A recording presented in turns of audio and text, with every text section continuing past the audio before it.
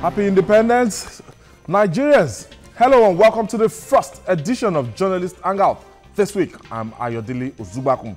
Today on the program, Buhari affirms indissolubility of Nigeria, visits troop of Operation Lafia Dole. I'll be hanging out with Babajide Kolade Otitoju, Mojid Jamiu, and Martins Oloja. So if you are ready, let the hangout start now.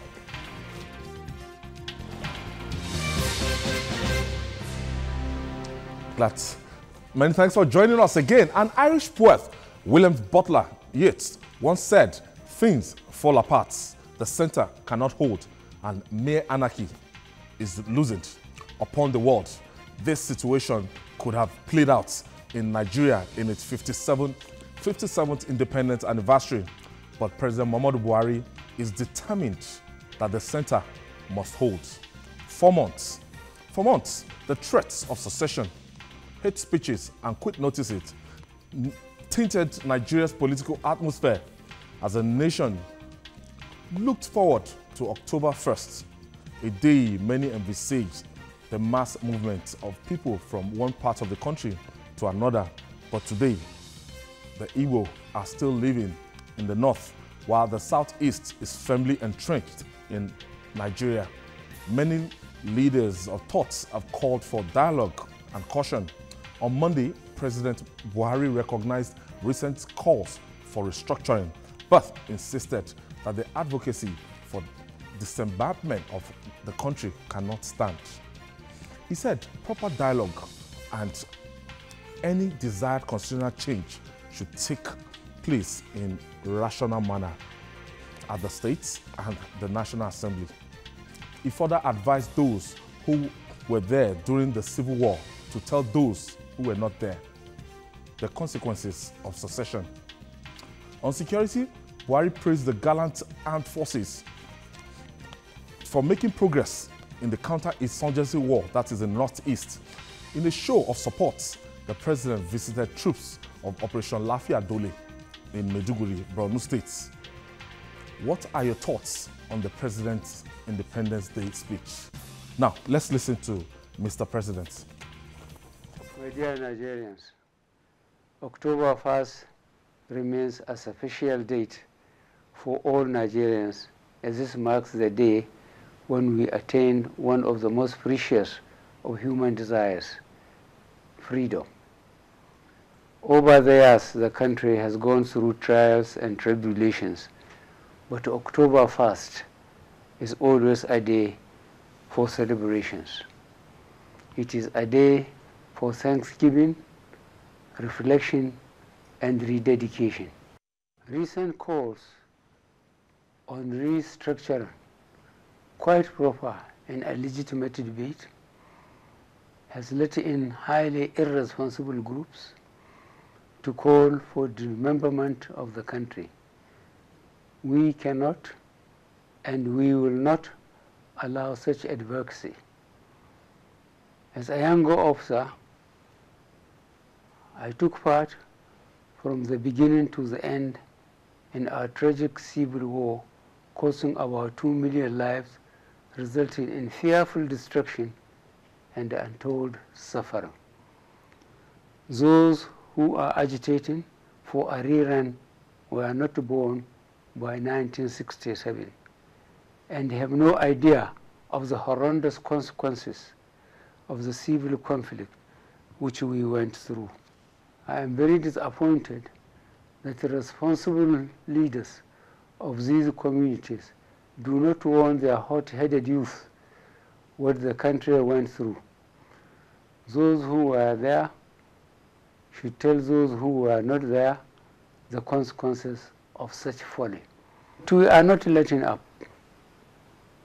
Our armed forces, in an effort to enhance the operational capability of troops of Operation Lafia Dole, have established mobile strike teams in the northeast. These will ensure the final push to wipe out the remnants of Boko Haram. Government is working around the clock to ensure release of the remaining Chibok girls. As well, as other persons in Boko Haram captivity. Government will continue to support the armed forces and the other security agencies to fight not only terrorism but kidnapping, armed robberies, herdsmen, farmers violence, and to ensure peace, stability, and security in our country.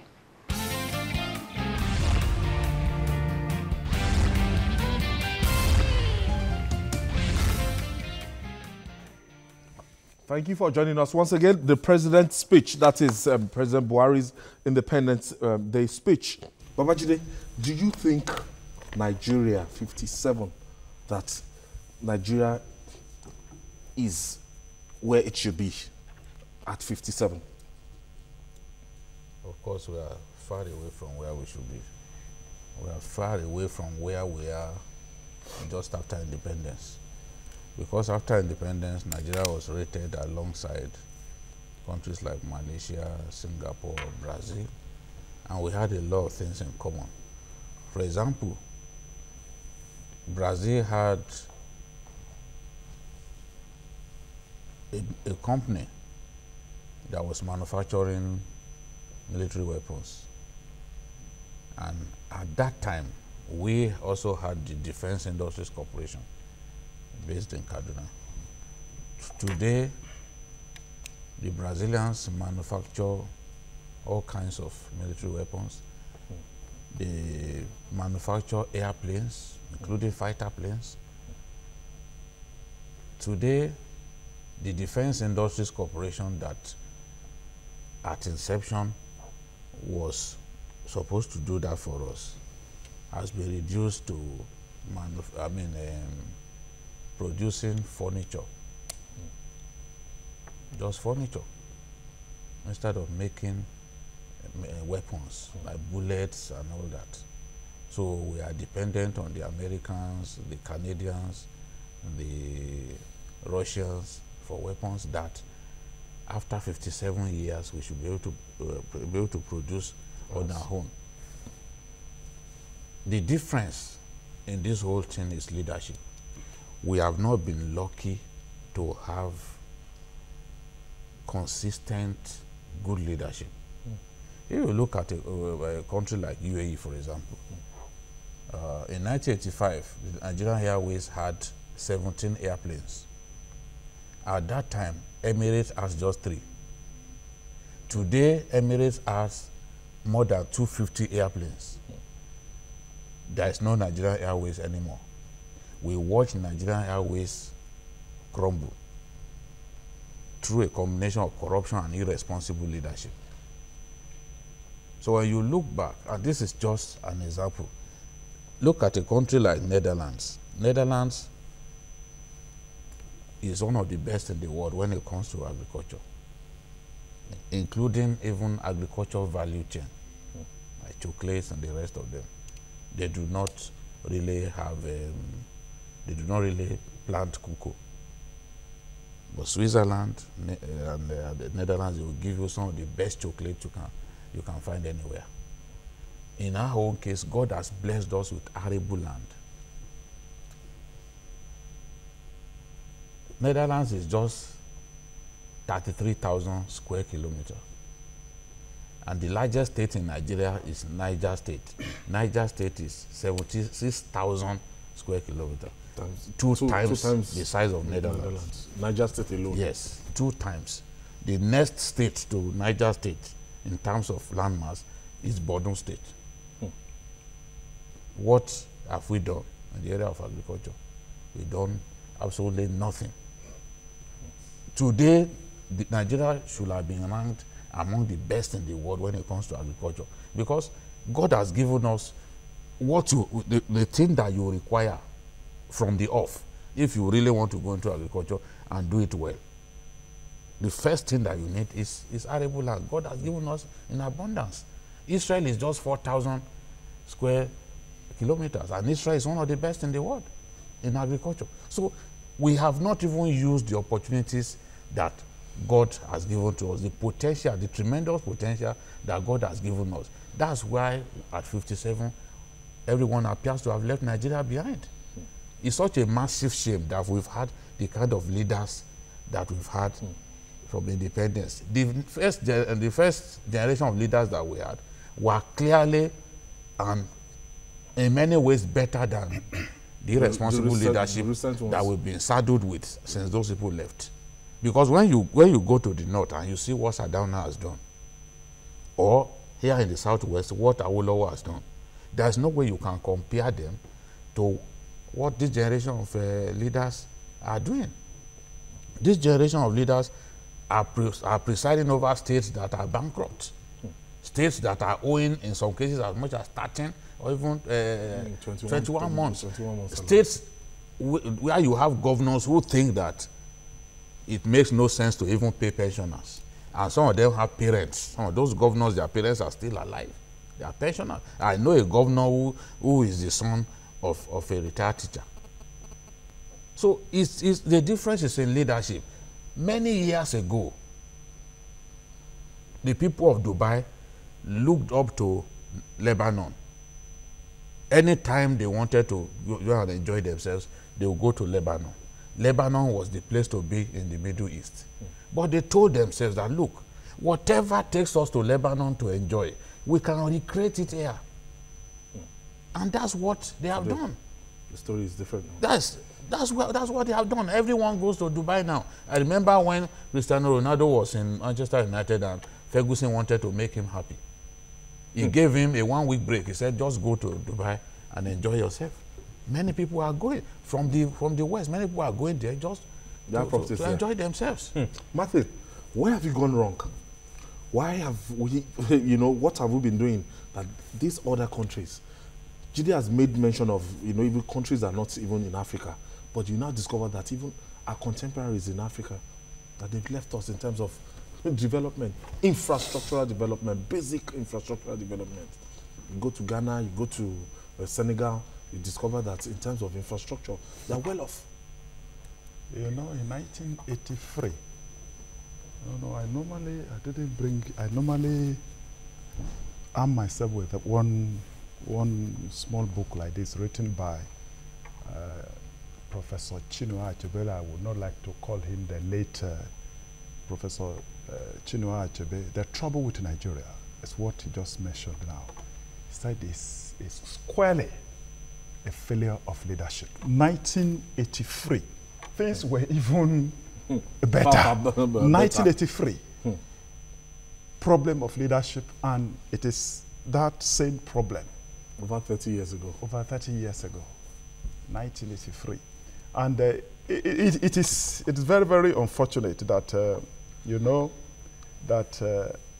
today, I listened to some of the elders who should know what they were talking about on one discussion platform of a church that organized that kind of colloquium on Nigeria at 57, where things have gone wrong, federalism and all those things like that. And you'll discover that most of the young ones did not know what the president was talking about. And the president, even though we didn't expect him to be talking of calling people irresponsible groups and all those things, and blaming their responsible leaders who didn't call irresponsible groups to order. Well, it is clear that we misused our opportunities, because while we were coming, even for us in journalism, the kind of journalism we met, Nigerian journalists that we met, very educated. I have had this privilege of traveling to so many parts of the English-speaking world, and I read their newspapers, I read this thing. The journalists were talking about, whether we are talking about Dele Olojade or Pulitzer Prize winner, and so many others like that, were trained by the Nigerian universities, Nigerian professors. In other words, once upon a time, we had good education. From primary school through secondary school, people are, I'm a product of King's College, I'm a product of CMS, I'm a product of this, I'm a product of St. Philbas, and even our chairman, a lady made in Hebrew, was still talking just last week about, they destroyed Queen's School in Ede. She speaks good Yoruba, you know, because around Southwest, and always talking about their university, University of Ibadan. Yes. And I have said so, maybe here before and at our editorial board meeting, that once upon a time I met a president of a university in Miami, Florida, 2008, who asked me, said, Martins, you know, as soon as I was introduced as a Nigerian, as a journalist from Nigeria, she said, a woman, she said, journalist from Nigeria, do you know Godini Dara? That's Professor Gigi Dara. I said, yeah. I said, he was at the time chairman of the editorial board of the newspaper, of the Guardian newspaper where I work. So, oh, no, you know, do you know, an African American, you know that I actually did my PhD. I obtained my doctorate degree in English at the University of Ibadan. At that time, no internet, nothing, but they heard that there was a great university. And you know, I just wrote something I just wrote a column which produced some results on the late Samuel, Dr. Manoa, the first Nigerian medical doctor. And then his people honored him in Akure 2 weeks ago. They called me because I wrote an article that triggered the memorial lecture. They introduced the Elijah man.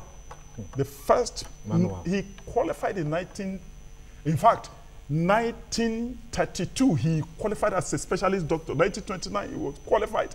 So what am I saying? You know, once upon a time we had good schools, good teachers, good hospitals, good roads, good everything, and we lost it. Okay. And the current leaders now squandered everything and they didn't build on it.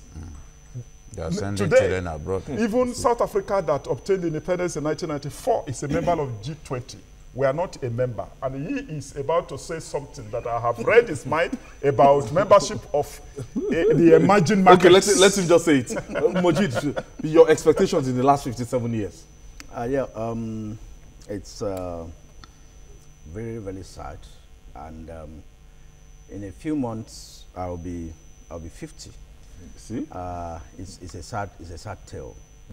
And just like he said, I was scribbling some things down, and I was going to talk about Nigeria. I mean, when we had Vision 2020 during Abacha years, it was as if 2020 would never come. No, 2010 first, Abi. Vision 2010 first. Yes. Now, Vision 2020. Now, as if these years would never come. I mean, remember when Abacha was there, I think between 1993 and thereabout. I mean, we were thinking of 2010, about 17 years away then. Lo and behold, 2010 came, nothing happened. 2015, Vision 2015. Now, the countries we were trying to emulate then, because then we couldn't even meet, the G7. The G7 were the group of the world's most industrialized countries. Yes. Then we now had the BRIC countries. I mean, that's the group of the next, the big four, as in the terms of advancement. We call them BRICS because we have Brazil, Russia, India, and China. And look at those four countries today. China is flexing muscles, and look at where most of our products now come from. I don't want to talk about Malaysia and Singapore. We have heard the stories of Malaysia coming to Nihot in Benin to take seedlings, and today we import palm oil we import processed palm oil now. So processed palm oil. Yes, we import processed palm oil from Malaysia. From Malaysia. So import palm oil. Yes. So now the BRICS, we were trying to catch up with the BRIC countries. So we were having meetings with them for them to teach us. Now they have even left us behind. Who do we now look forward to? Ghana discovered crude oil a few years ago. The crude oil that they have in Ghana is not up to what was seeded or was farmed to just 2 individuals in Nigeria. I mean, you can quote me. I mean, the crude oil that Ghana is managing today, yes, it's not up to OPL 42, I mean, that was farmed to, I won't mention their names, but they know themselves. So, but you can, and to think that these two oil fields were supposed to be giving Nigeria, it was supposed to be 50-50, and since 1993, these people have been taking this crude oil without giving back a dime. So those are the kinds of things we talk about here, the failure of leadership and the greed in those who are close to power. Things that are supposed to be a national cake, some people would take it, just a group of people, and they have been recycling these things among themselves, and that's why we continue to have failed health institutions, failed universities, failed educational system. You look at some roads and you will be sorry. I travel at least once or twice in a month to Ekiti, to and fro, and you look at the roads, and you go abroad, you travel for about 6 hours on some roads in UK, in US, and it will seem as if you are flying. So, and you now wonder, why can't we replicate these things? Countries that are not even as rich as a state like Lagos, they are doing better things. Jide, now, we've spoken about this 57 years, we want to paraphrase, and a certain political party came 2 years ago, and they bandied this change. They were saying, change, change, change. Now, it is 2 years now. By this time next year, what do you expect? What are those changes you expect before our 58th celebration? Because they've identified all the rots and they said they want to do something about it. Are you happy at that pace? And what do you expect to be in place by the time we celebrate Nigeria at 58? I expect, first and foremost, that some of these ministers that we have currently, are they still there? I expect that the president will have shown them the door.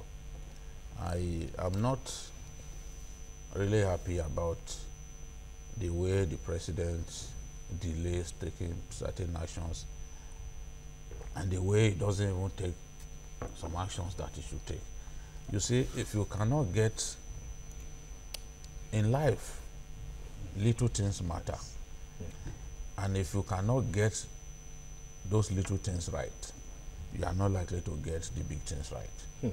So I expect the president to demonstrate greater pace, and I expect him to take the big decisions and take those big decisions quickly.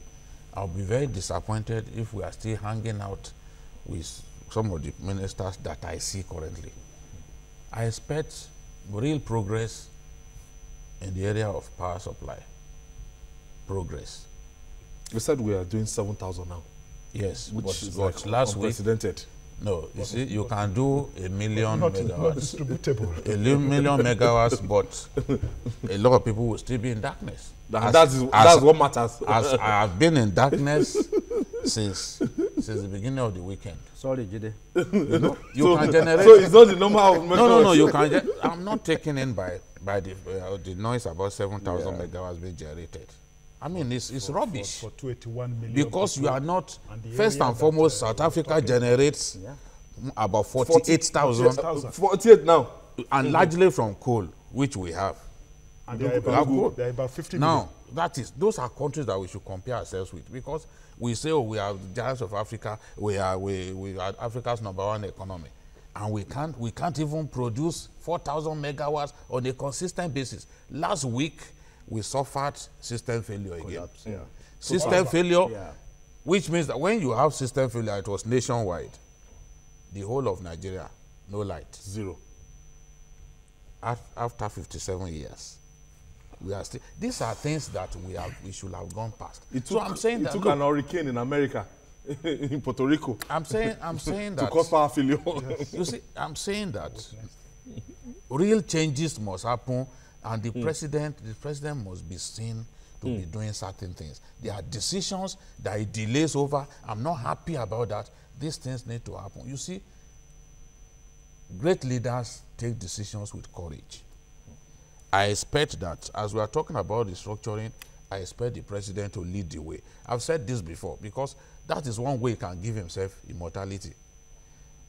He has already shown our people that, look, we must feed ourselves as a country. That is one thing that has impressed me the most about the president. Not even the corruption fight. Because the corruption fight is limited to the federal level. At the courts, people are still, the corruption State, still local works government off. level. We are not doing anything at the state level. So I'm happy that the agrarian revolution that the president promised, we are beginning to see that. So in the next 12 months, I expect that there will be significant progress in that line. Big decisions, the president must show courage. Let me say something. The Navy SEALs in America, they go through the toughest training that servicemen can ever go through. They tell you, they make them swim in treacherous cold. Against the tide. And they tell them that, look, once you confront a shark, don't back off from a fight. Chide, just rest your gunpowder, just rest it down. Let me quickly take this break, and when we come back, we'll talk more. It's still Journalist Hangout, and we're looking at Nigeria at 57. Please stay with us.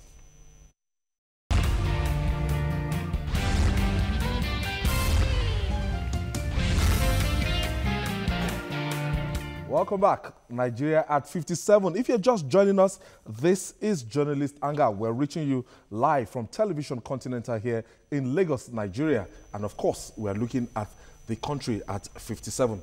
Gentlemen, let's just zero in to Mr. President's speech. I need to complete. Yes, the last, okay, we were talking about, you know, the power sector before we went on that break. The president, I need the president to move swiftly. I need him to lead the way in this whole restructuring thing, you know. I need him to take decisions with courage. Big decisions. You need courageous leaders to take big decisions. Big decisions are usually not palatable, but you need a leader to take big decisions. Big decisions are waiting for a president to take. And that's why I gave the example of the training of the Navy SEALs. They tell them that, look, if a shark is cycling around you, is looking for to make a snack out of you at night, because they make them swim at night during the training and in treacherous cold. So they will tell them all the species of sharks, and they tell them, look, when a shark approaches you cycling, try to make a snack of you. Don't turn your back. Face the shark. Do not face the shark with fear. And if the shark is coming at you, punch it in the snout. If you punch it in the snout, it will turn away and flee. Because if you run from that shark, the water is full of sharks. If you run away from that shark, another shark will come. So when you punch the shark in the snout, you know, these are people who have studied animal behavior. You punch the shark in the snout, it turns. As it sends signals to others. Yes. So, which is, when the president takes the big decisions, everyone knows that he has to sit up. Whether that person is close to him or not. Within his kitchen cabinet, if he finds anyone corrupt, that person should go, because the person will eventually smear the good name of the president. That's what you call a big decision. Whether the person is his relation or not, he has to take the right decision.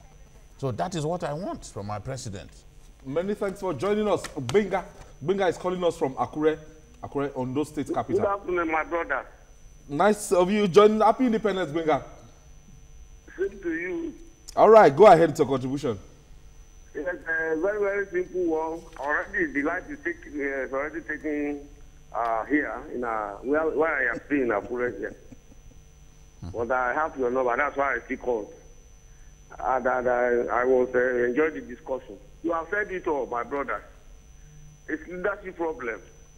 I don't want to waste your time. I remember in year 2005, one of my nephews, who just graduated from a polytechnic after his NYSC, got a very good job.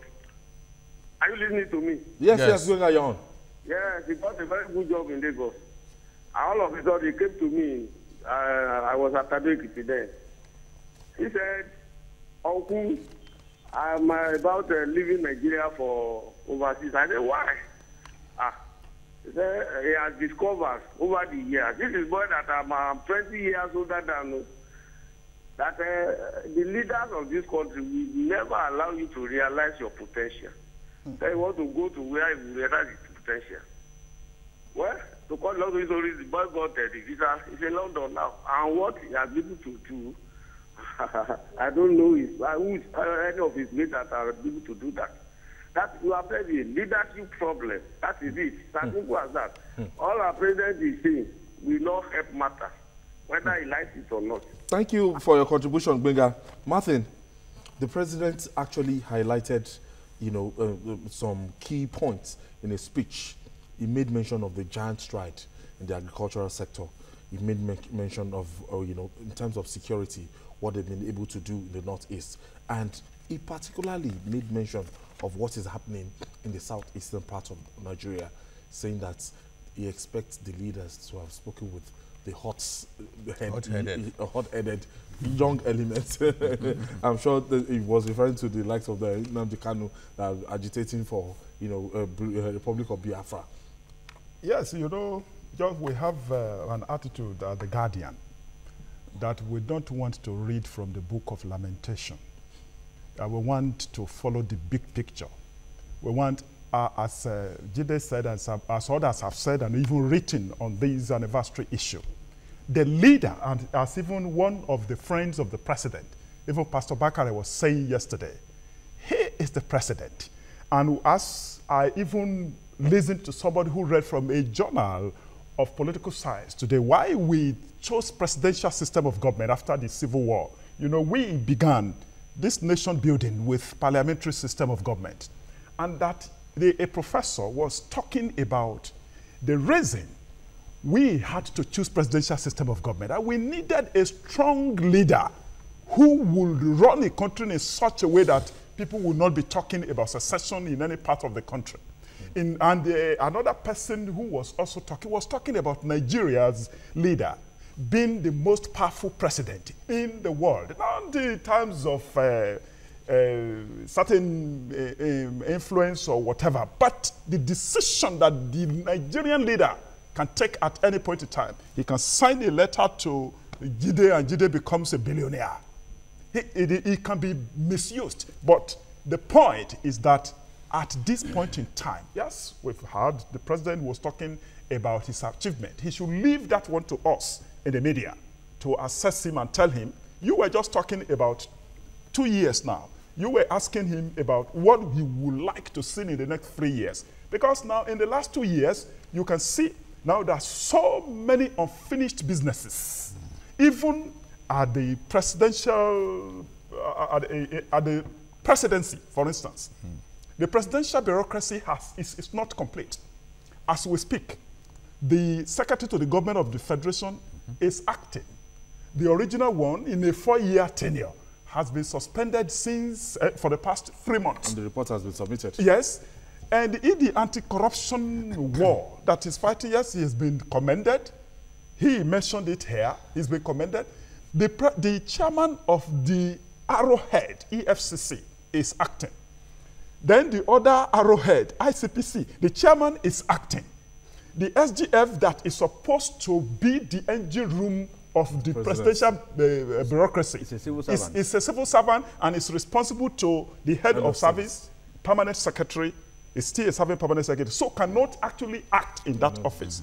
So the president needs to take this kind of decision immediately so that he can have and run a strong government and the people will follow him. We are good followers in Nigeria. I can assure you that. We are good followers. Yes. We need a strong leadership that can galvanize us. And even as people are talking like this federalism, as Bakare said yesterday, the buck stops at his desk. Yes. And he needs to take this decision. We're talking, the cabinet is like a British prime minister talking about, you see, it marks of a cabinet of mediocrities. You know, people will tell you it's mediocre. No, there's no such a word like people being called mediocres. Yes, it's mediocrities. mediocrities. So thanks for teaching us. Yes, cabinet of mediocrities. Because we can see, yes, with due respect to so many of them that are doing well, but we believe that so many of them are not doing well, and this is the time to demonstrate many of them are overrated. That, yes, overrated. So this is the time for the president to demonstrate that he prepared for this office. He actually wrote to the Senate. Yes. Around December. Yes. 2016. That he was going to, he notified them that he was going to tinker with it. Yeah, he was going to tinker. Yeah, yes. So we are waiting. He should tinker because he should tinker with the cabinet, so that he will have operational efficiency in his government. And I also believe that at this time he should do something about education, because education is key. MJ, in terms of what we are to give to them, what we are to concede to them, that he highlighted in the speech. Okay, I have this caller. Thank you for joining us, Sammy. Hello? Hello?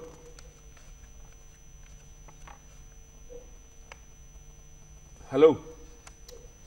Okay. In terms of what we should concede to them, he listed those things that I didn't even know in the agricultural sector. Yeah, like Martin said, he should leave that to us to judge. But then, I think since the president mentioned it, I think we need to also speak to it. I mean, it's our duty to tell the world. In the last 1 year, when the agricultural revolution started, the CBN, through the Anchor Borrower Scheme, has pumped in about 43 billion into that scheme. And the result is that about 233,000 hectares of farm has been cultivated in about 29 states. In some key crop areas like maize, rice, wheat, granite, cassava, soybean, and sorghum. And what we have, 11 fertilizer blending plants in collaboration with Morocco has been brought back to life. And that is not the story. The story is that Nigeria is now saving $150 million annually from fertilizer import, and another 60 billion naira on subsidy that were hitherto spent on this agriculture. So a lot of savings from there. And the president, in his speech, I mean, deliberately commended the governors of Lagos and Kebbi for that initiative on lake rice. Fantastic effort. I expect that more states will replicate that. Ekiti State used to be, there's rice, I mean, Jide will continue to taunt me that he bought expensive Igbimo rice. I expect that my governor, Ayodele Fawoshe, would partner with a state like Lagos or Kebbi to develop that Igbimo rice, so that we won't have to go as far as Kebbi. That rice, you need to taste it. Jide can taste to it. Very sweet, very expensive, very nourishing. But then, if with the intervention of the federal government on fertilizer, they were able to crash the price of fertilizer from 13,000 to 5,500. So, lake rice is selling at 12,000 per 50 kg bag, and the 25 kg bag is selling for I think 6,000 with no extra. So they have been able to crash the price of rice. So there was no pressure on rice during the festive periods of Christmas, Ileya, and because of this intervention. So if we have, I think Ebonyi is also doing something along that area. We have Jigawa. Yeah, and even Jigawa. So if we have more, and more people. Even in December, Ebonyi rice was distributed by the presidency as gifts. Yes. Yeah. You know, the normal rice that Ebonyi rice with Ebonyi written on it was distributed. So for us to have more of these results, the president needs to be really presidential by following on what Ali Truman did in 1947 when he proposed the Ali Truman policy,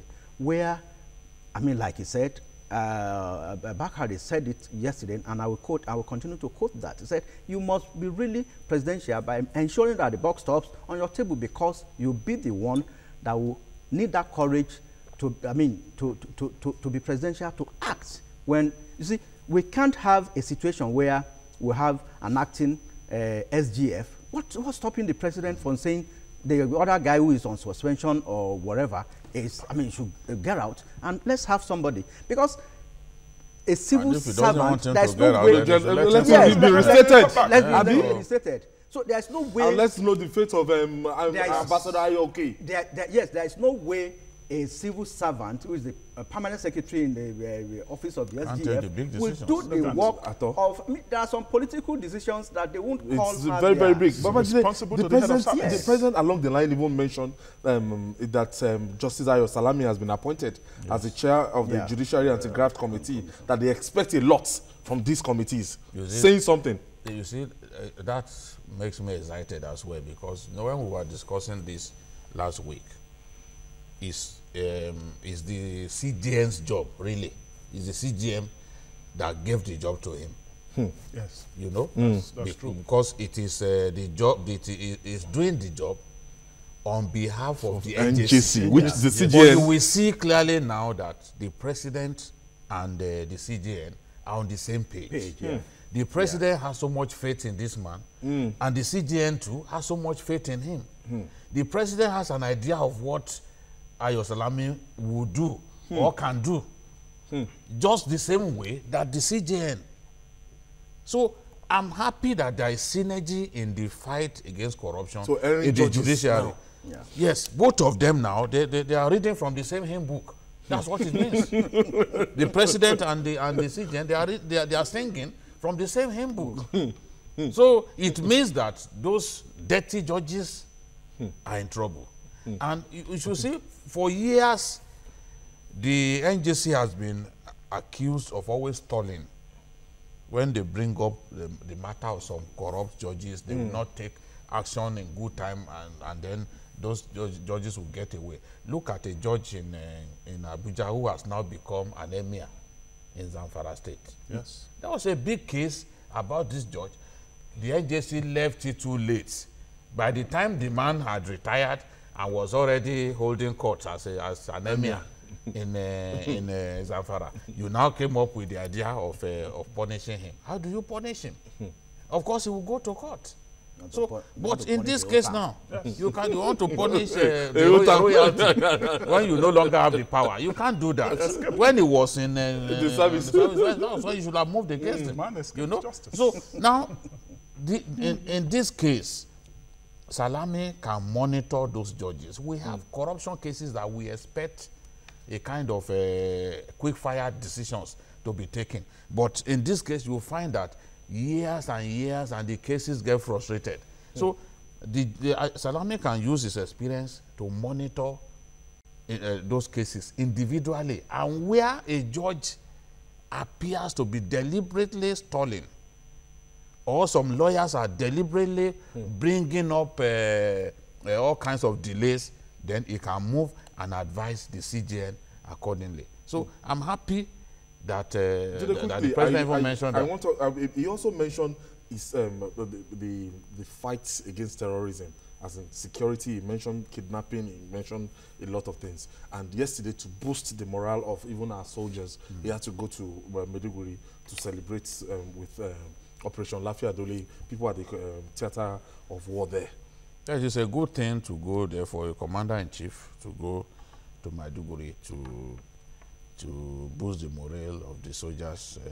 It's not the first time. Even Goodluck Jonathan went to Baga to see the soldiers.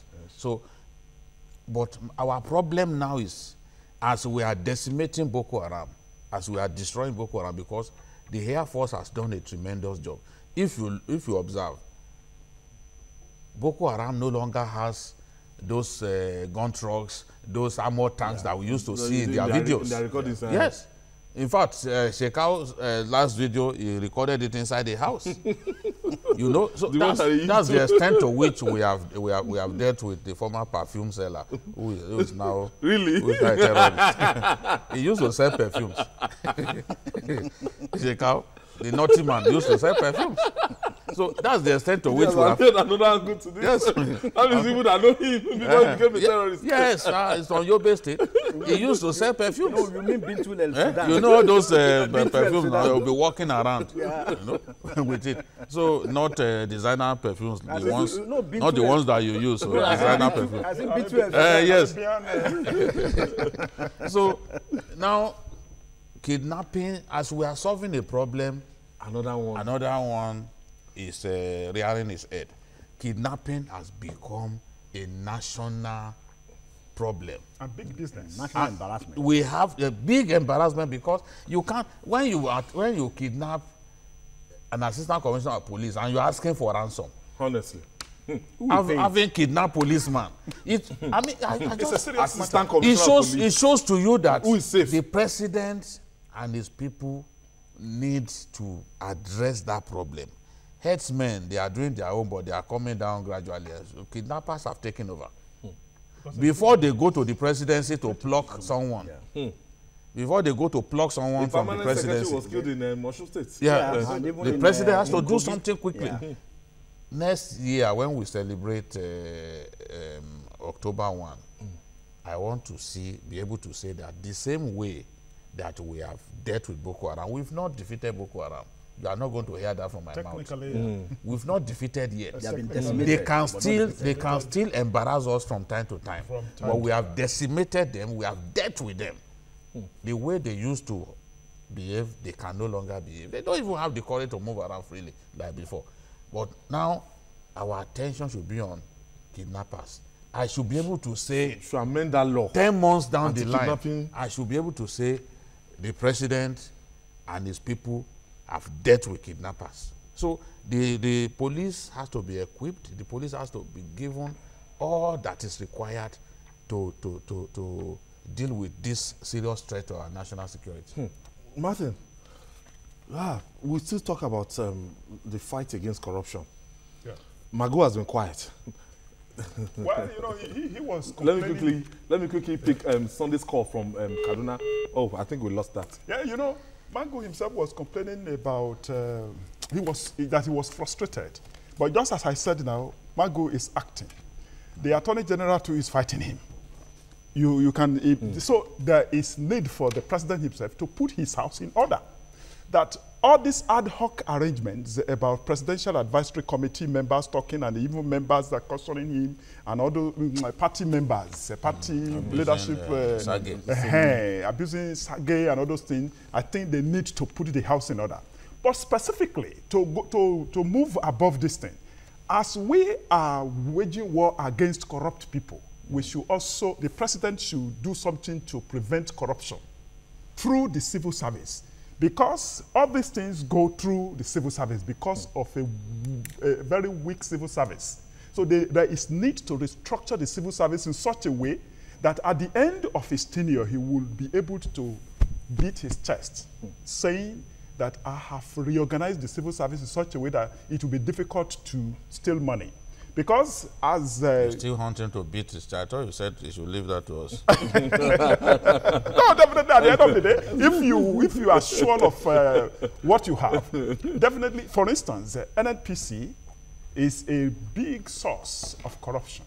Still. And then there is need to either use the law as they are doing in the National Assembly now, or he should claim ownership of that operation of that process to ensure that they dismantle the NNPC, because that is a very big institution where you can track corruption.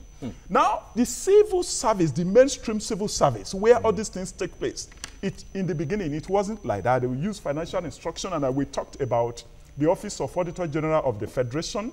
It's a very powerful office if they use the office very well, because the office is independent, and once the president nominates somebody or a governor nominates somebody as Auditor General of the Federation or the state, and is confirmed by the Senate or State Assembly, is responsible to the Public Accounts Committee of the National Assembly or State Assembly.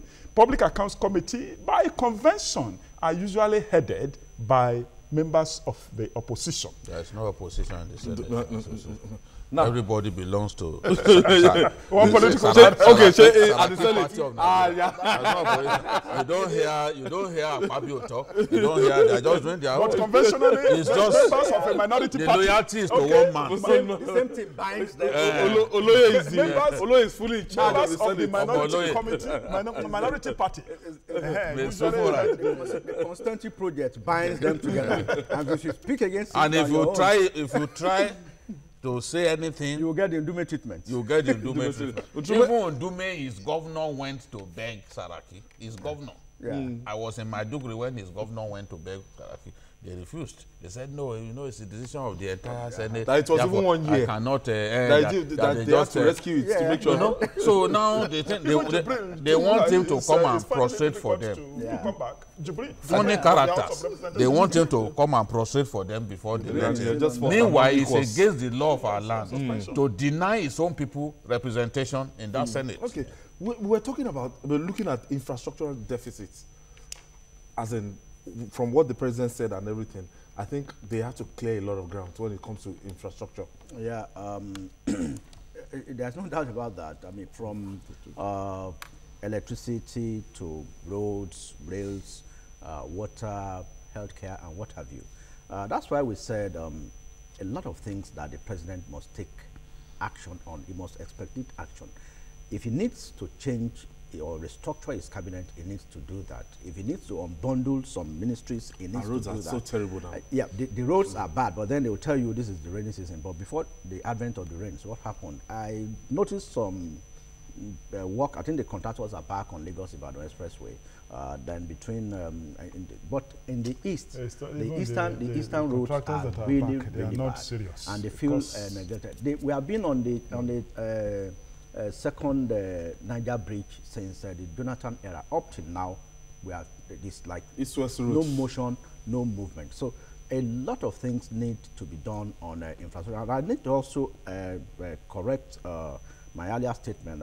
Now I think the BRICS, South Africa joined a member since 2012. Yeah, since 2012. Yeah, South Africa is a member of. It's the only African country. Yeah, we were thinking of joining by 2015, 2020. But as it is now, we can't even.